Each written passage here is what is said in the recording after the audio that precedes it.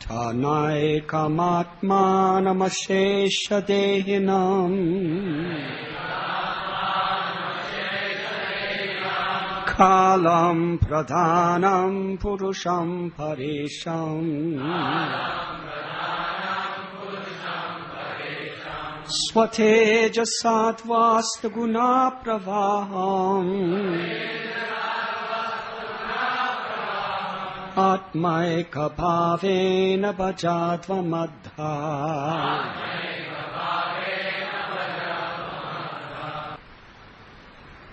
Because the Supreme Lord is the cause of all causes, He is the Supersoul of all individual living entities, and He exists as both the remote and immediate cause.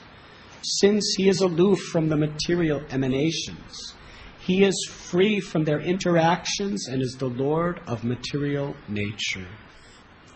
You should therefore engage in His devotional service, thinking yourself qualitatively one with Him. Purport by His Divine Grace, A.C. Bhaktivedanta Swami Prabhupada. According to Vedic calculations, there are three causes of creation: time, the ingredient, and the creator. Combined, these are called tritayatmaka, the three causes.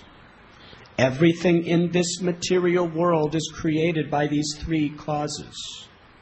All of these causes are found in the personality of Godhead, as confirmed in Brahma-samhita, sarva-karana-karanam. Narada Muni therefore advises the Pracetas to worship the direct cause, the Supreme Personality of Godhead. As stated before, when the root of a tree is watered, all the parts are energized. According to the advice of Narada Muni, one should directly engage in devotional service. This will include all pious activity. Caitanya-caritamrta states, Krsne bhakti kaile, sarva-karma When one worships the Supreme Lord Krishna in devotional service, he automatically performs all other pious activity. In this verse, the word sva-tejasa, dhvasta-guna-pravaham are very significant. The Supreme Personality of Godhead is never affected by the material qualities, although they all emanate from His spiritual energy. Those who are really conversant with this knowledge can utilize everything for the service of the Lord, because nothing in this material world is unconnected to the Supreme Personality of Godhead. Because the Supreme Lord is the cause of all causes, He is the Supersoul of all individual living entities, and He exists as both the remote and immediate cause. Since He is aloof from the material emanations, He is free from their interactions and is the Lord of material nature. You should therefore engage in His devotional service, thinking yourself qualitatively one with Him.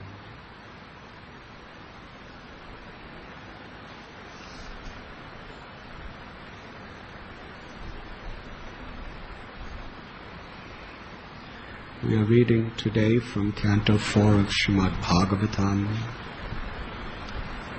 Chapter 31, entitled Narada Instructs the Pracetas, text number 18.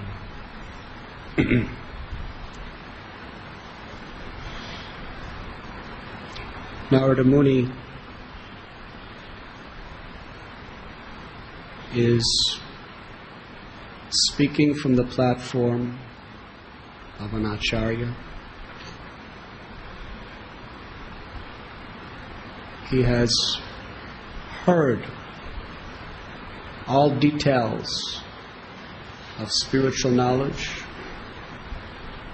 and the relationship between material existence and spiritual existence from his own father, Lord Brahma. And in disciplic succession, he is speaking that knowledge to the sons of King Pachini-Barhishat, the Pracetas. The relationship between material energy and spiritual energy is here not only being described, but the conclusion or essence of that knowledge is being revealed. In this world, people are working so hard. Hard struggle for existence. Just to sustain their bodies. Just to somehow or other have facility to enjoy, to be comfortable, to avoid suffering and misery. People have to really struggle. You see in the city of Bombay, which is considered the economic most wealthy city in all of India. But whether people are poor or whether people are wealthy, how they're struggling and struggling and struggling. So much time, so much energy. Just to keep body and soul together. So this is material nature. But Narada Muni is explaining here that Krishna is the cause of all causes. Sarva-karana-karanam. He is the cause of all material and spiritual existence. Bhagavad Gita, Krishna tells, Aham sarvasya prabhavo mata sarvam pravartite iti matva bhajante mam buddha bhava samanvita. That I am the source of all material and spiritual worlds. Everything emanates from me. Therefore, the wise who know this perfectly engage in my devotional service and worship me with all their hearts. The same principle is being described here. Srimad Bhagavatam describes that Krishna is like the root of the tree of all existence. When you put water on the root of the tree, every part of the tree is energized. But if you neglect the root, even if you take very careful care of every part of the tree will not be nourished. You can put water on the leaves and on the plants and on the twigs and on the flowers. But without placing water on the root of the tree, there's no real satisfaction. Krishna has created material nature with so many symbolic instructions to tell us about realities, about the truth of life. We see every blade of grass, every tree, every plant has a root. And everyone knows that the survival is based on water reaching that root. There's no other alternative. It doesn't matter what arrangements you make for the rest of the tree. If the root is not satisfied, there cannot be real satisfaction. Yes? But every tree is preaching to us the absolute truth. Or let us say Krishna is preaching to us through the tree. It's such a simple concept to understand. But we pass by the trees by the thousands every day and we don't get it. What is the message? If we want to be satisfied, if we want to be actually energized, what is the root of our existence? Everyone is so preoccupied with satisfying the superficial, temporary aspects of life, but not happy. And everybody knows they're not happy. not really happy. And if somebody really thinks they're happy, it's just a matter of time till they find out where they're at. We're searching for something deeper. Not just some superficial, fleeting mental and physical pleasures or comforts or securities. Because we do not know. Padam, padam, yadvi, padam, natesham. There is danger at every step. Everything is uncertain.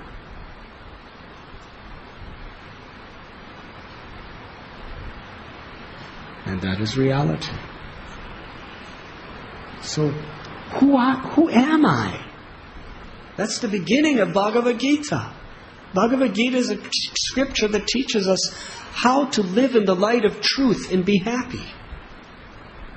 And the first principle is, who am I? If we do not understand who I am, we don't know what happiness really is and how to be happy. We're not this body. We're not this mind. We are the spirit soul. And what is the nature of the soul? It is qualitatively one with the Supreme Soul. It is part and parcel of Krishna. Jivera swarupoi krishnera nityadas. Just as Krishna spoke Bhagavad Gita to Arjuna and began with this principle. Dehinosmin yatha dehe komaram yogaram chara. That you're not this body, you're the eternal soul. Najayate mriyate vakadachin. The soul is eternal. It does not die when the body dies. Mamaivam sojiva loke. The soul is part of Him. Lord Chaitanya, who was Krishna himself, began his teachings to Sanatana Goswami, Jivera Swarupoi Krishnera Nityadas. That every living entity is eternally the servant of Krishna. Unless we understand that we're not part and parcel of material nature. We are part and parcel of God. And that is the difference between material consciousness and spiritual consciousness. The godless scientists consider that we are part and parcel of material nature. We are material elements and chemicals, and somehow or other the combination creates a consciousness, creates everything that we conceive to be ourselves. What Krishna describes in Gita, Bhumirapo nalobayu kamano budir evacha ahankara itiyame vina prakritirashtata. That He has created material nature in this way. There are 8 material elements: earth, water, fire, air, ether, mind, intelligence, and the false ego. Krishna says these 8 comprise my separated external material energy. Now the Srimad Bhagavatam explains in various places essentially what creation is about. And it's very important to understand it so we can understand who we are and what is our relationship with God, with material nature, with other living entities. If we do not understand the relationship between the self and all the spiritual and material phenomena around us, then we're not living in truth. Ishopanishad describes Om Purnamada Purnamidam, that the absolute truth is the complete whole, perfect and complete, and all emanations from the absolute truth are also perfect and complete. So Krishna is the source of everything. Vedanta Sutra gives the essence of all knowledge of all the scriptures. And what is the beginning? Atato Brahma Vijigyasa. The first aphorism is, now that you have attained the human life, you should understand Brahman. And what is Brahman? Janmadya Shayata. The source of everything that exists. The absolute truth is Him from whom everything emanates. Everything emanates from the absolute truth.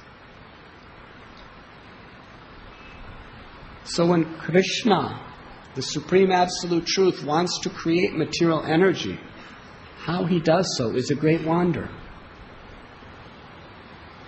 In the spiritual world, which is situated in the Paravyoma, the spiritual sky, beyond material existence, there are unlimited Vaikuntha planets, or abodes of the Lord, where that one Supreme Truth expands himself, manifests himself in various ways, specifically and exclusively for the purpose of reciprocating with the love of his variegated devotees. There is the eternal planet of Sri Ram. There is the eternal planet of Varahadev, Narasimhadev, Narayan, Vamanadev. And all the devotees of these particular forms of the Lord live eternally with the object of their love. And the most inclusive of all the Vaikuntha planets is Krishna Loka, or Goloka, where there is Dwarka, Mathura, and Vrindavan, where Krishna, in his most beautiful form of Sham Sundar, with his Sladini Shakti, Srimati Radharani, are engaging in eternal pleasurable pastimes forever. And all living entities who are the parts and parcels or expansions of Radha and Krishna are immersed in the highest spiritual bliss of participating in those pastimes of love. Now, people who do not have a complete understanding of transcendence, they think that these forms of the Lord, these personalities that the Lord manifests within this world, are temporary, within the mode of goodness, and beyond this material existence, they cease to exist. That if the Lord is nirguna, without qualities, that means he temporarily takes on gunas or qualities when he comes to this world in sattva-guna, just to attract our hearts, just to teach us. But ultimately, through the process of purification, we realize the distinction between the soul and the body and material nature. And when we give up all material desires and aspirations and ego, then we go beyond the gunas. And then we also become nirguna and merge into the one supreme existence of the Absolute. But they do not understand what Lord Brahma has told and is repeated throughout the scriptures. Ishvara Parama Krishna Sachit Ananda Vigraha Anadiradir Govinda sarva-karana-karanam. That Krishna is the supreme controller of all controllers. And his form, it is Sachit Ananda. His form, his vigraha, is eternal, full of knowledge and full of bliss. It is not temporary. It is not a temporary manifestation like ice temporarily forming on the first form of the ocean and then it just melts and merges back into the ocean. That is not what the authorities say. Krishna's form is eternal. Krishna descends from the spiritual world where he's engaged in eternal loving pastimes. And the pastimes the Lord reveals within this world, many of them are the pastimes of the spiritual world. And some of them are pastimes specifically for the purpose of cleaning up the mess in this material world.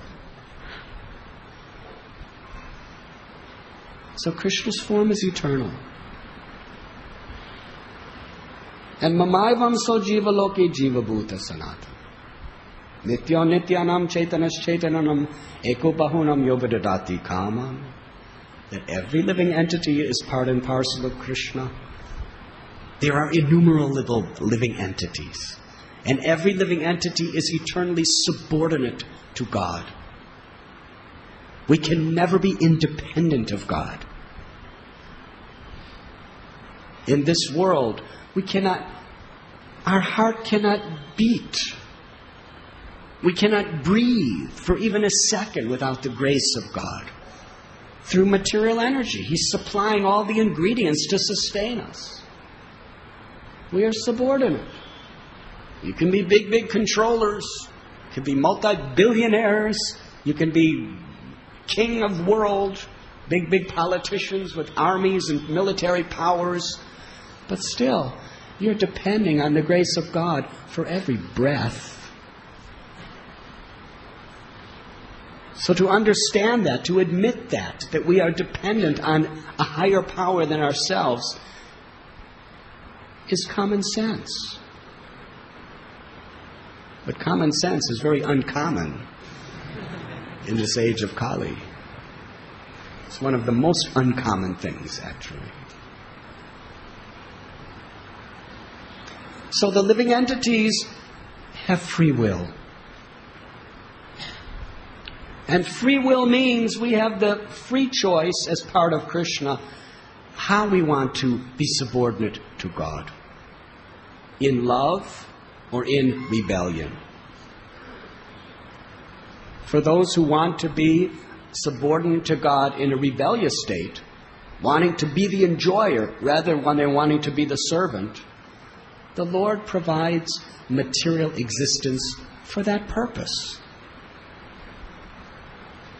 Just like Srila Prabhupada gives a very simple analogy. He says, in every government there is a prison system. Yes? In fact, you'll be pleased to know, hopefully not, that the number one largest industry in all of the United States of America is prisons. Hare Krishna. Not oil, not technology. Prisons. There's about 60 million people in America in prisons or under the prison system, which means probation. And do you know how much energy and money and time and infrastructure it has to keep prisoners from killing each other and to keep them in line and to keep them alive and the probation and the court system and everything else? It's huge. So that's what Kali Yuga is about. So there's a prison system. How do you do without it? Because there's always going to be people who misbehave. And the prison system is supposed to serve basically two purposes. One, to rectify those people who don't listen. They need some other form of education. And two is to protect the innocent from them corrupting and spoiling their lives. So the material world is Durga.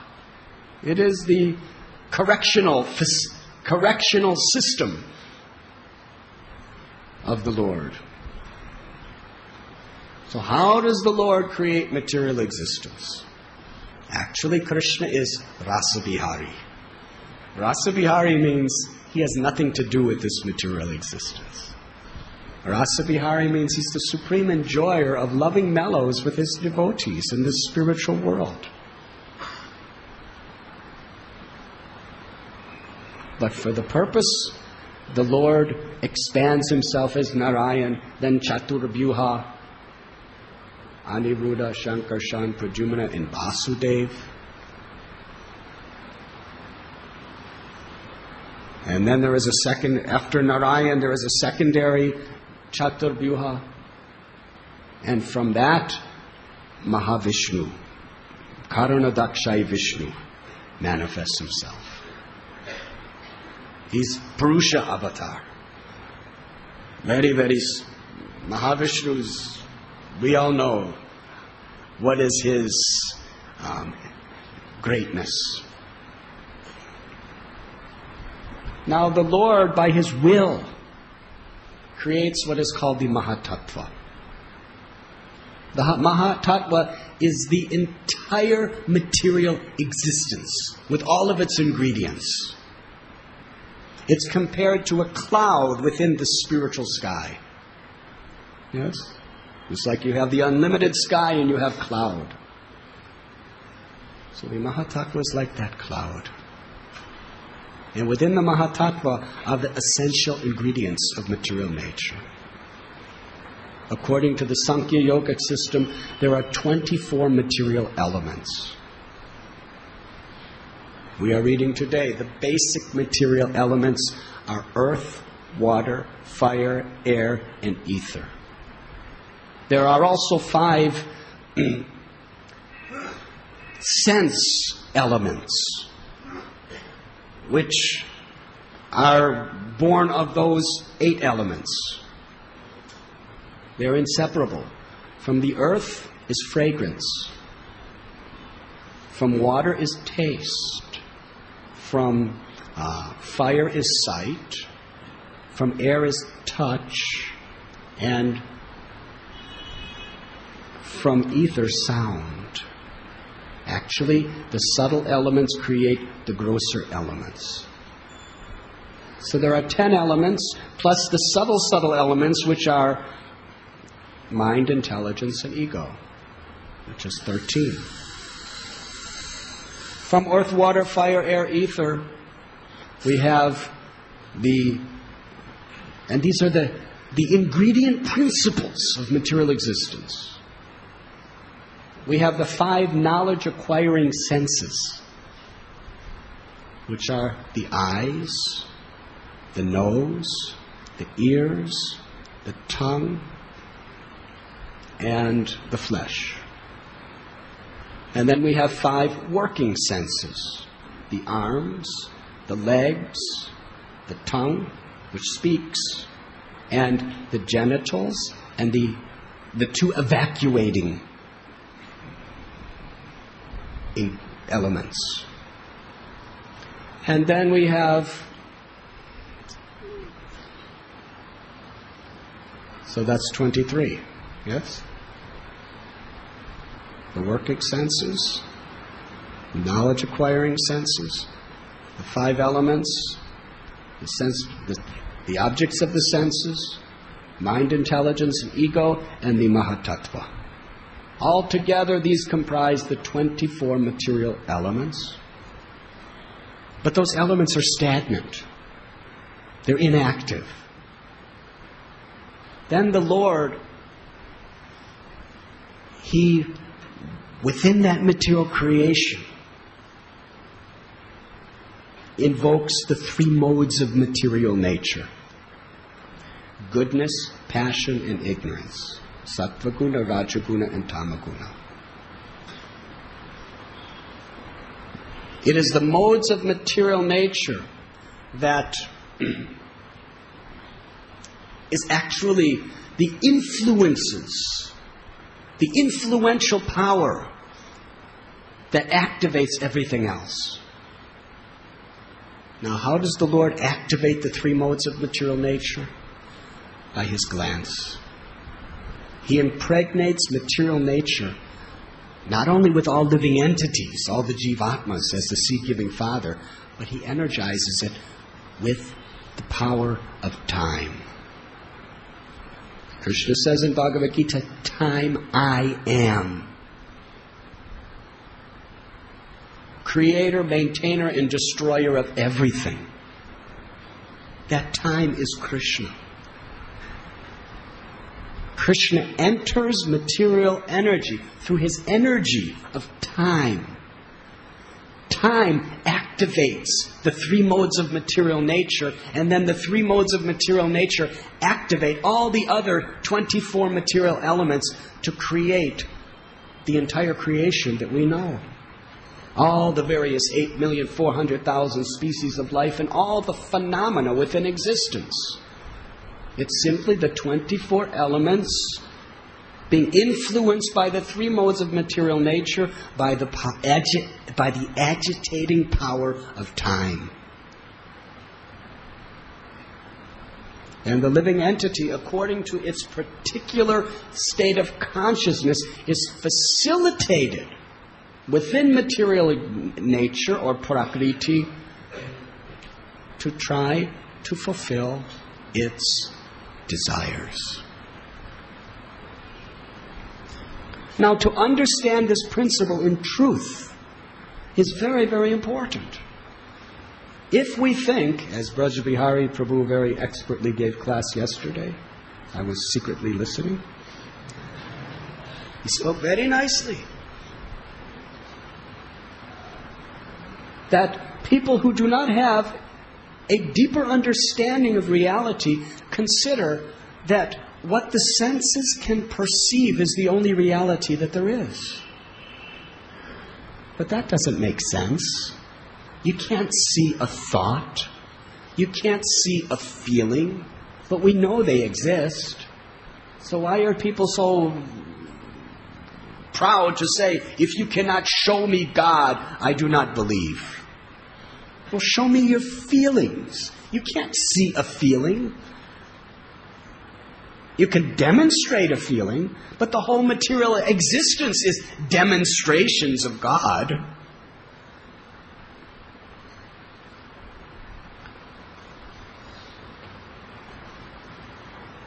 Material existence, the vast majority of material existence is on the subtle level of mind, intelligence, and ego. That's like the foundation support of all the gross elements.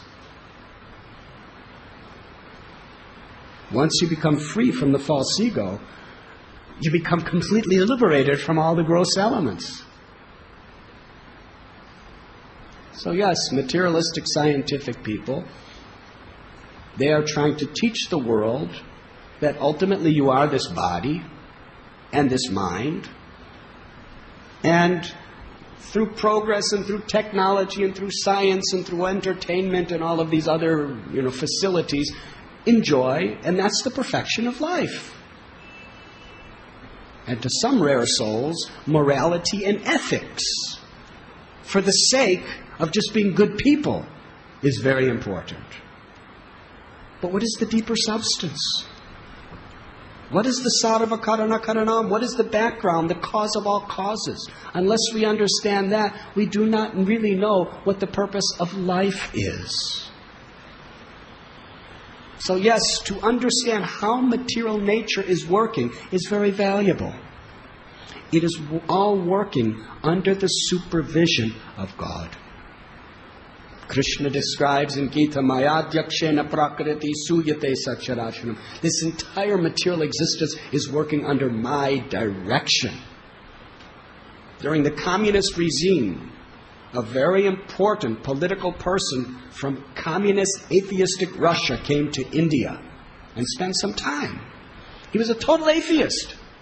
He was indoctrinated from his birth to consider that God, the conception of God, is just an opiate of the people. It's just an intoxicating factor that makes people unproductive, superstitious, and all of that. So do away with that and believe in matter and the here and now and the state. So he spent some time in India.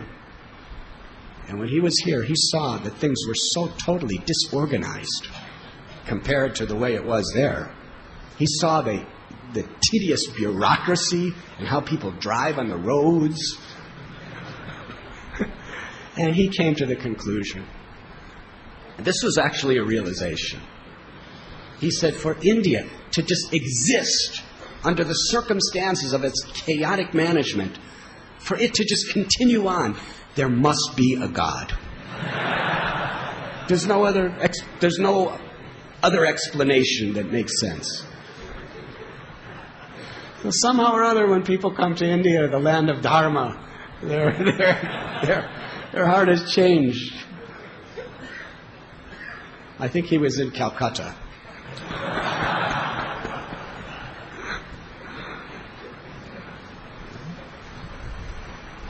We have representatives from Calcutta today. Sudipta Prabhu and Dairam Prabhu. Let us welcome them to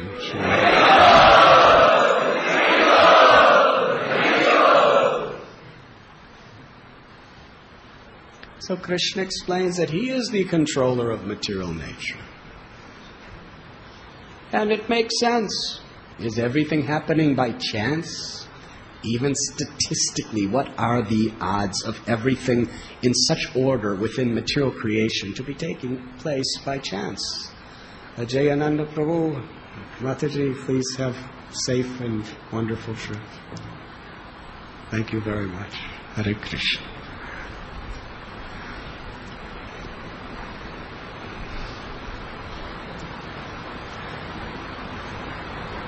So to understand the cause of all causes is the beginning of truth, understanding truth. Krishna, being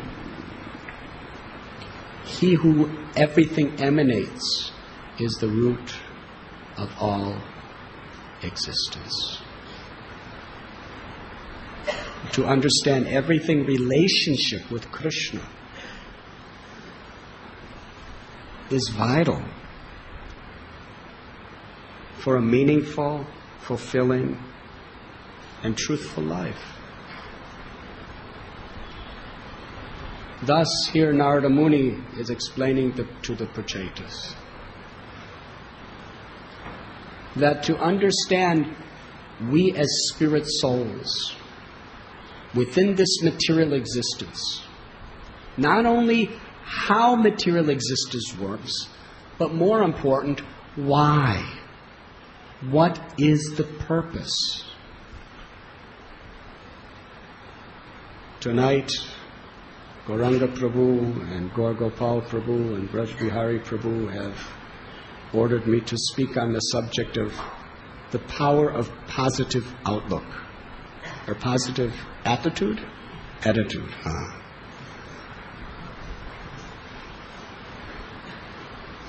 When we understand why things are working, then we naturally have a positive attitude. Everything is for a positive purpose. Even suffering. Even hell. Even hell has a positive purpose.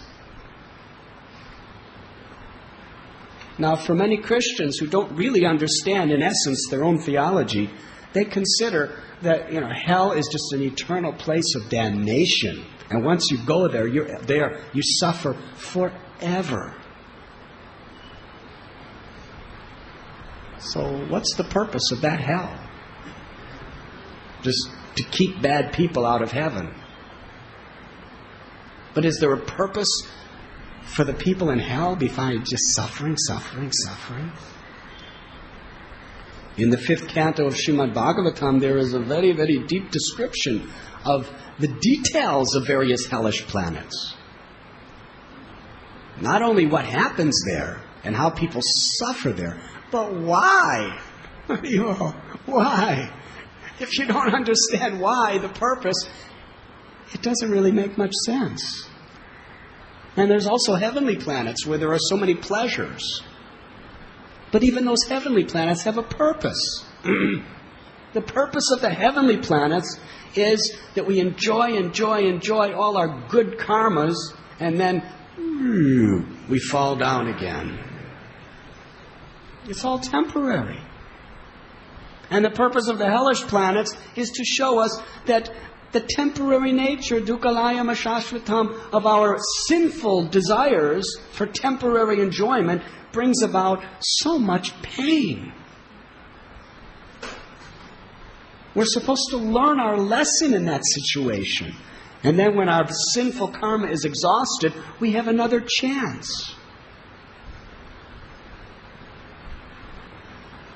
The heavenly planets, if you're good in this world, really good, you can have incredible enjoyment without interruption until your karma is exhausted.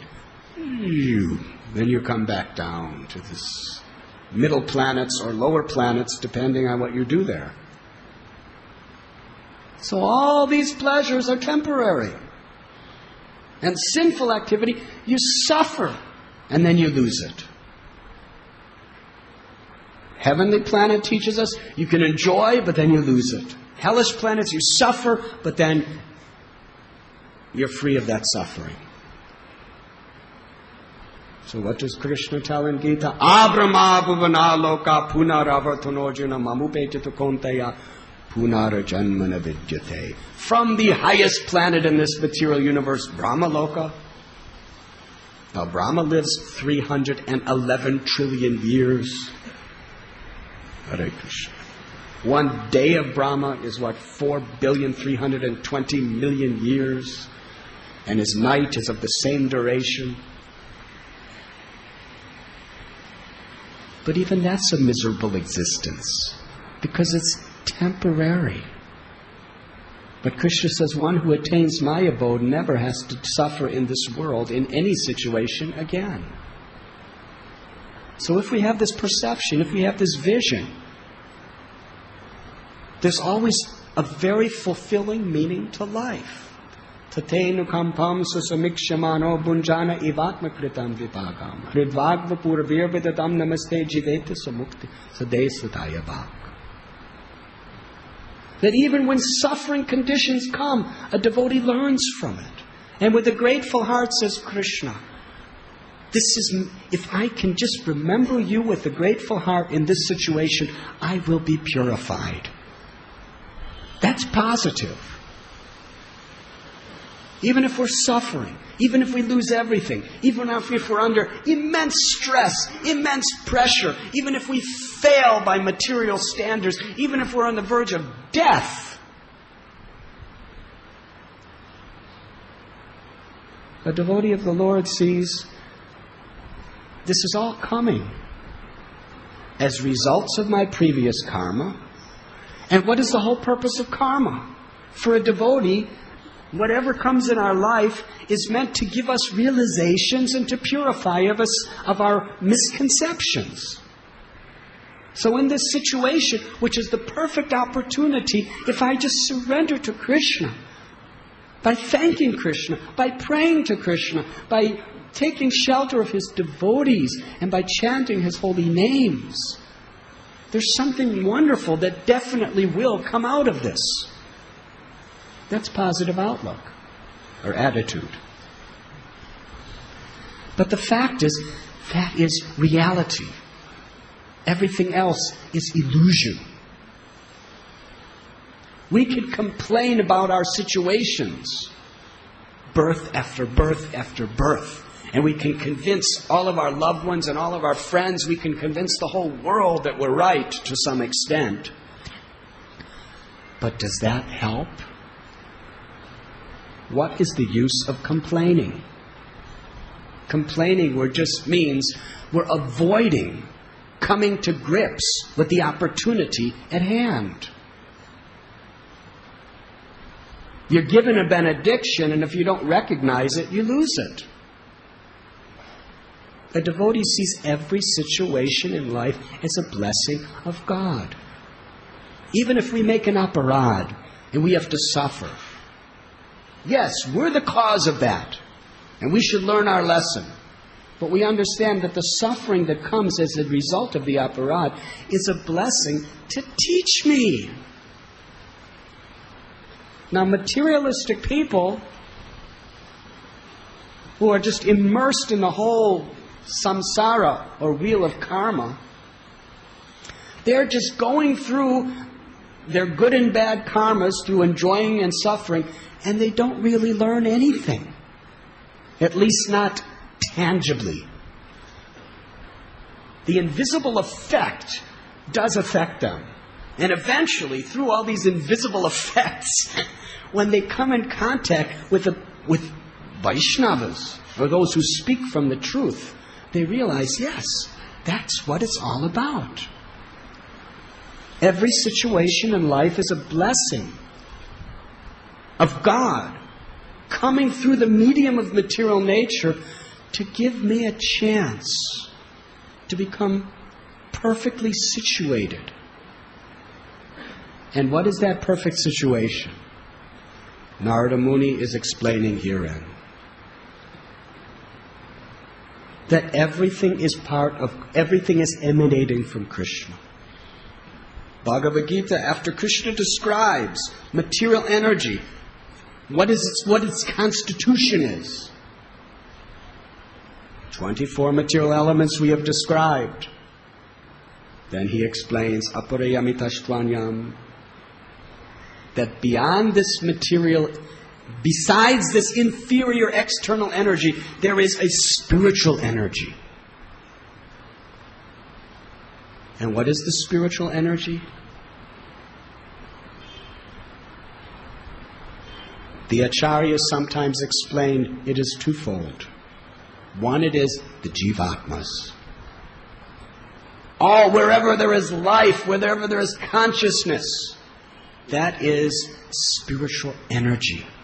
It is eternally distinct and separate from the 24 material elements. But due to this ahankar, the subtlest of all the material elements, the spirit soul is identifying itself with material energy. Like a dream, a misconception. The Upanishad describes this like two birds in the same tree. One bird is the jivatma, and it's thinking, it's identifying with the tree. And it's trying to enjoy the fruits of the tree. And sometimes the fruits are sweet, and it's very happy. And other times the fruits are bitter, and it suffers. Sometimes the fruits give it typhoid and all kinds of other stomach diseases, and it gets fever, and it suffers too much.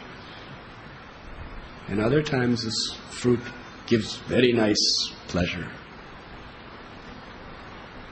But they're all temporary.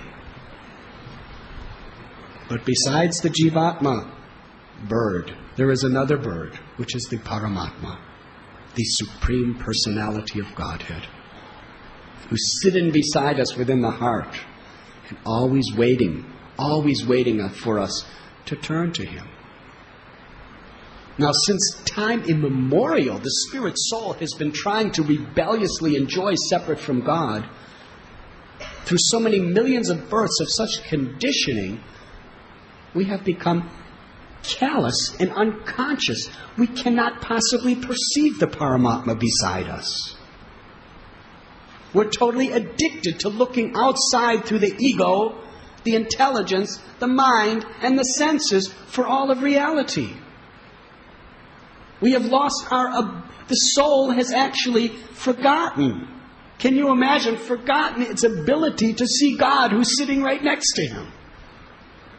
We're absolutely conditioned to try to view reality through the subtle and gross elements of nature, the mind and the senses. The mind is like a mirror. And when the mind is dirty, all we see is its misconceptions. We must clean the mind. But the Lord is so merciful. We can't hear Him or see Him from within because we don't want to. We've forgotten how to. So the Lord's so kind that He speaks from without. He speaks through the Scripture. He speaks for the Guru. He speaks through the sadhus. There is the Shiksha Guru, the Shiksha Gurus, the Diksha Guru, the Shastras, the assembly of Vaishnavas, all the previous Acharyas. The Paramatma in our heart is speaking so that we can hear through our ears. We can see Him in the form of the deities through our eyes. We can taste Him in His form of prasad. We can touch Him in the form of the flowers, the Vaishnavas, which is prasad. In this way, the Lord manifests Himself so that all of our senses can actually come in contact with Him and be purified. But most of all through hearing. The Lord descends in this world, avajananti mamudha manusintanamashata param bhavam ajanantam mamabhuta maheshwaram. Fools deride Krishna. They think He's just like everybody else, but a little better. They do not know His supreme position. It's totally transcendental, and he has complete control over all existence. Little baby Krishna eats dirt. When he ate dirt, he was only about 3 years old. 2 or 3 years old. No. You know what 2 or 3-year-old children are like? They're quite helpless, are they not? Radha Priya Mataji, it's a mother. They're quite helpless, in need of their mother and father, mostly mother. Fathers are strange species to little children. But mothers are their shelter, their life. Yes? So Krishna ate dirt. Just a little boy. And you showed him, you have eaten dirt. Krishna, no, I have not eaten dirt. Krishna is speaking the absolute truth. In the sense that his saying he didn't eat dirt is actually increasing his mother's love and her concern and her affection. Let me look in your mouth. So Krishna opened his mouth. But there was a problem. The problem is he actually did eat dirt. And he told his mother he didn't eat dirt. She was already very upset and angry with him. So now, double the problem. First he eats dirt, which he's not supposed to, and then she sees dirt in his mouth, and then what happens? She'll understand, not only did you eat dirt, but you lied to me. So Krishna says he ate dirt, that's his first offense. Then he lies, that's the second offense. And now she's asking him to open his mouth, where the evidence is clearly there. So Krishna, just to make his mother forget all these things, just to distract her from the realities, he manifested the universal existence within his mouth. Incredible. She saw all the planets and she saw all the mountains and all the oceans and all the demigods and all living entities. She saw the 24 elements of material existence. She saw Vrindavan and herself looking in Krishna's mouth. Haribo. And she was like trembling with folded hands. What's happening? What is this? But Krishna wouldn't allow her to think that he was God. She was thinking, this cannot be. Am I dreaming? I cannot be dreaming because my eyes are open. She was arguing with herself. Or, am I in illusion? The demigods, why would they waste time putting an insignificant person like me in illusion? So it's not an illusion. Or, have I become mad? No, I'm in very sound state of mind. I'm not mad. Oh, is it that what Garga Muni said is true? Garga Muni, during the birth ceremony of Krishna, told us that he will perform incredible activities and he's as good as Lord Narayan. But then she was thinking, as good as Lord Narayan? My Gopal, when he's hungry, he cries. When he's thirsty, he cries. He can't control his senses. And when I don't give him the butter that he wants, he gets angry and breaks things. And then after he breaks things and does all that, he tells lies. And when the thunder comes at night, he's so scared he runs to my bed and he's trembling and he's crying and he's begging me to protect him. Garga Muni doesn't know what he's talking about. What is this great, as good as Lord Narayan, mystic yogi? He's just my little son. So she couldn't understand why or how the universe is within Krishna's mouth. So ultimately, what does a devotee do when they can't understand what's happening? They take shelter of the Supreme Personality of Godhead. So she did that.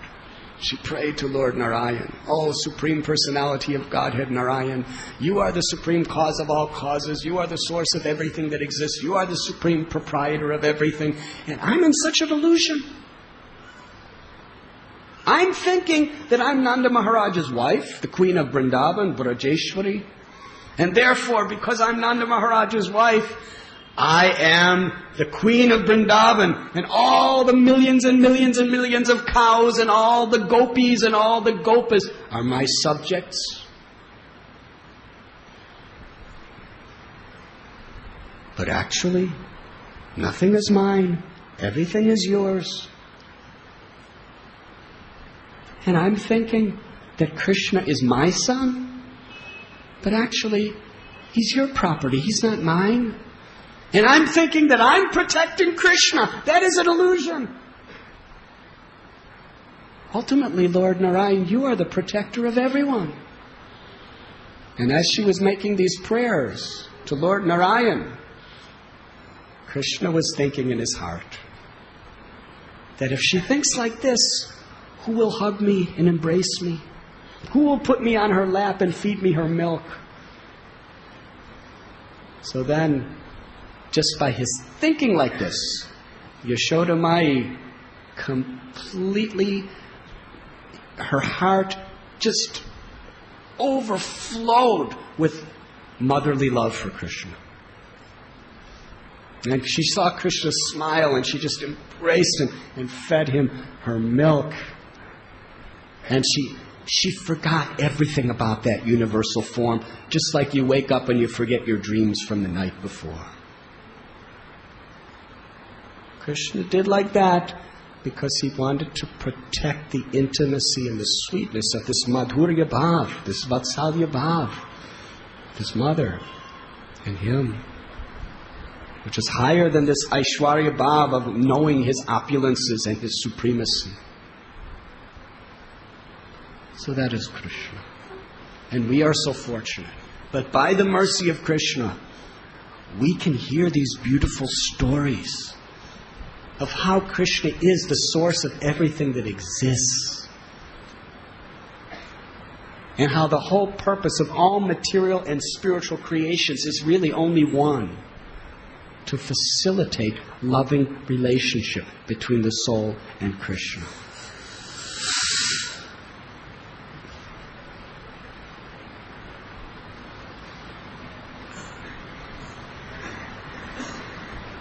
Devotional service is eternal.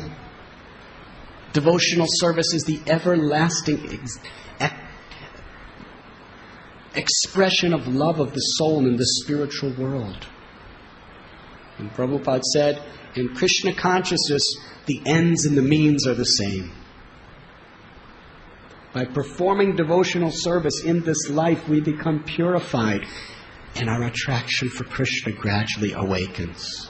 Adoshatata sadhu sangota bhajana kriya tato narta navitisha tato nishta ruchistata.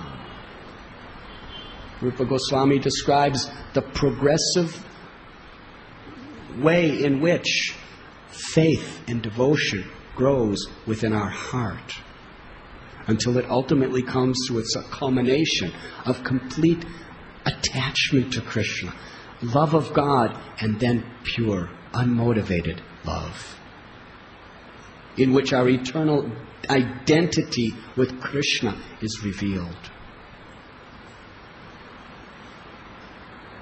It cannot be revealed by our intelligence, by our austerities. Krishna explains in Gita, Bhaktya-tvananiya shakya aham evam vidorajana. I can only be understood through devotional service.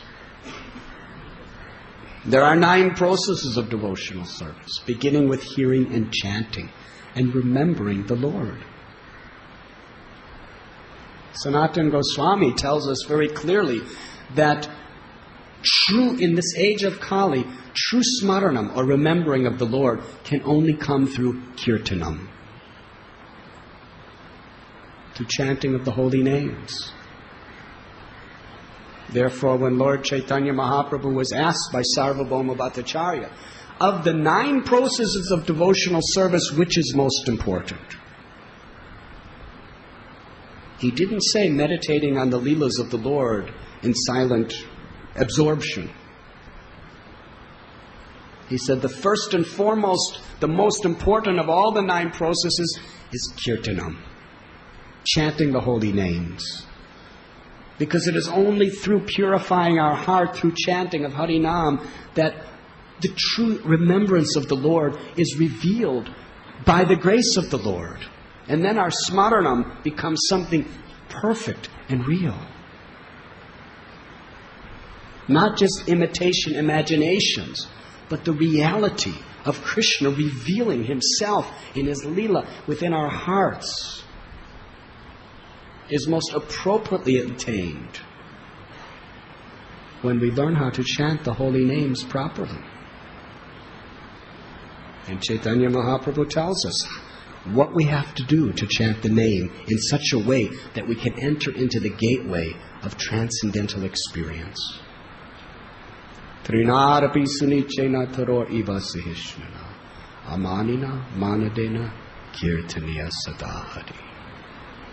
We must develop this very, very humble service attitude. But it has to be based on knowledge, not sentimental humility, that I'm the most fallen, I'm the dust of your feet, but in your heart you're feeling envious. Hare Krishna. Real humility comes by understanding our constitutional nature. That is why philosophy is very important. To understand actually who we are, why we're suffering in material existence, how we're entrapped, and Maya will not let us go by our austerities, by our accumulation of vast knowledge, by our influence over others. She will not let us go. In fact, she'll use all these facilities that we acquire to further entangle us. Janmaishwarya Shruti Shibir Edamana Madapuman. We're thinking we're making spiritual advancement, but our conception of spiritual advancement, Maya will use that to tie us, to tie that noose of bondage tighter around our neck, but in a way we can't see. Yes? If we are not very careful, illicit sex, intoxication, gambling, meat eating, these are gross ways that Maya shows, I have you under my spell. Yes? But on a subtle level, by our thinking we're spiritually advanced, we're very great, we're influential, look at how many people are being influenced by me, and look at what I have done, and just wait till what I do. When we have that ego, that ahankar, what that ahankar is, they're actually the fruits of our devotional service are empowering us with greater and greater and greater abilities and powers, but Maya will try to infiltrate in that to trap us by making us proud. I'm so advanced, I don't have to chant so much anymore. I've chanted for so many years. I've done my dues in chanting. I can relax. Raghunath Das Goswami didn't relax. Rupa Goswami did not relax. Why should we think we can relax? Because we've been around for 20 or 30 years. Hare Krishna. We become more and more casual in essential principles. We think we're the doer. We take credit. That's the subtle rope of Maya. We have to be very, very careful. As we make progress, we become more humble. We become more dependent on Krishna's mercy. We become more dependent on the Vaishnava's mercy. Prabhupada, such a Paramhamsa, pure liberated soul, he would say, my only qualification is I am simply following the order of my spiritual master. We never become independent. As we make advancement, we become more dependent. The more you become dependent on Krishna, Guru, Vaishnavas, Harinam, the more you become dependent on these things, the more you become independent of the clutches of illusion, maya. But if we think, well, as we're making advancement, we can become independent of Guru, Krishna, Vaishnavas, and Harinam, Harikatha, then we will once again, imperceptibly, become more and more dependent on Maya Devi. We may not know it, but that's part of Maya, illusion. We don't know we're falling down, but we are. Even others might see it, but we don't see it. And when others tell us, we don't believe it. That's Maya. Haribol. And until we're situated in the spiritual world, we have to be very careful of this Maya. It's like Prabhupada. Shrutikirti Prabhu says, one day he saw Prabhupada pull down the last bead of his rounds, and then he put his bead bag down and said, now I can do anything. I have finished my rounds. Prabhupada's chanting. Sankhya Purvaka. And the 6 Goswamis are very strict about these things. Not only just to show an example to others, that is there, but also because they're humble. Because they're humble. They feel dependent. They feel the necessity of God's grace always. That's an advanced devotee.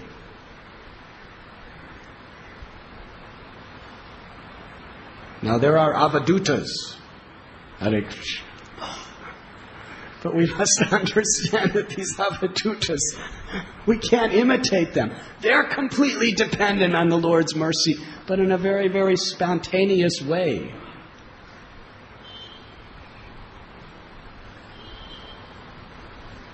But we must be honest and understand that this material nature, what it is about and why. And to see every situation that comes upon us an opportunity for devotional service, an opportunity to please Krishna.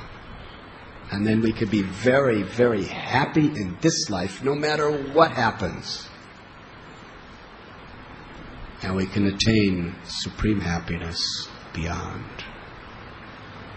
Because real happiness comes when we want to give pleasure to God, to Krishna. That is all important. By chanting His name, by serving His devotees, by showing compassion to others, by living according to His principles, we know for sure with complete faith that we are on the path back to Godhead. Thank you very much. Srila Prabhupada ki.